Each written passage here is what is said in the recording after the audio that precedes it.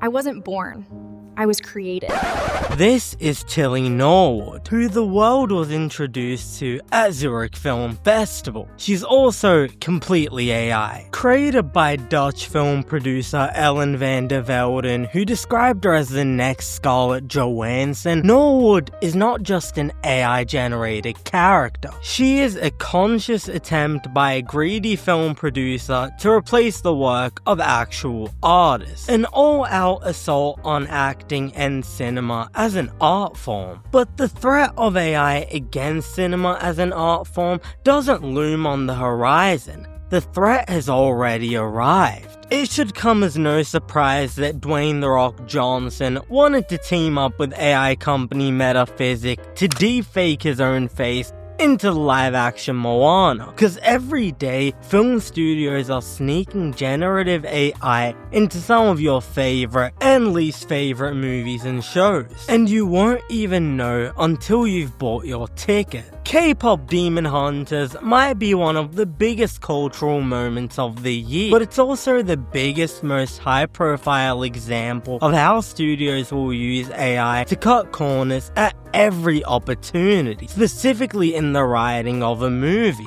And if your instinct is to say, well, it's K-pop Demon Hunters, I only care about the music, then I regret to inform you that the song Soda Pop is the culprit here, with music producer Vance revealing that AI was used in the creation of the song. So when you're singing Don't Want You, I Need You, Yeah You Fill Me Up, try not to keep in mind that it was probably written by an algorithm analyzing your favorite K-pop songs. Marvel's Secret Invasion is an abomination against art in and of itself. And sometimes I think Marvel hit the panic button and made a show so horrific that we would forget its opening credits were generated partially by the use of AI. So on top of being the worst Marvel TV show ever made with one of the worst finales put to television, it's also the first live-action superhero project to blatantly use AI and make no apologies about it whatsoever. I mean, pick a struggle. The TV show is about shape-shifting aliens, so the most staunch Marvel defenders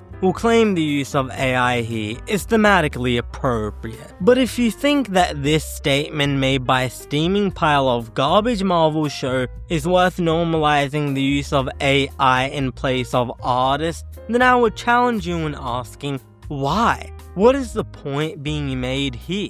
Why is it so important? What makes more sense to you? That these people truly believe that AI was the best way to go about this, or is this a giant corporation testing the waters with what they can get away with? But hey, in case you thought that AI is exclusively used by big budget event films, think again, because AI's insidious nature extends not only to tentpole film. On its way to steal your job, AI has taken a detour to lower budget Oscar films, with Brady Corbet's The Brutalist as the most prominent example. The film stars Adrian Brody as a Jewish-Hungarian architect, and while the actor did work with a dialect coach to get 90% of the way there, director Brady Corbet decided to use Ukrainian AI technology to get the accent just right. After all, why would you let the actor, act? Why would Adrian Brody waste his time getting that last 10% right? That's time he could spend being a creep to Halle Berry on stage or doing a Jamaican accent on SNL. A lot of filmgoers who keep up with the Oscar race expected Brody to face some sort of retribution from the Academy, and those filmgoers were wrong. Instead, the Academy collectively decided to treat this use of AI as no different than they would treat an actor who uses stunt doubles. I mean, everyone knows that learning an accent for a role is every bit as dangerous as performing your own stunts, right? Michael and Danny Filippo might be making waves as two Aussie siblings doing cool shit with horror cinema, but for every Mario, there is a Wario.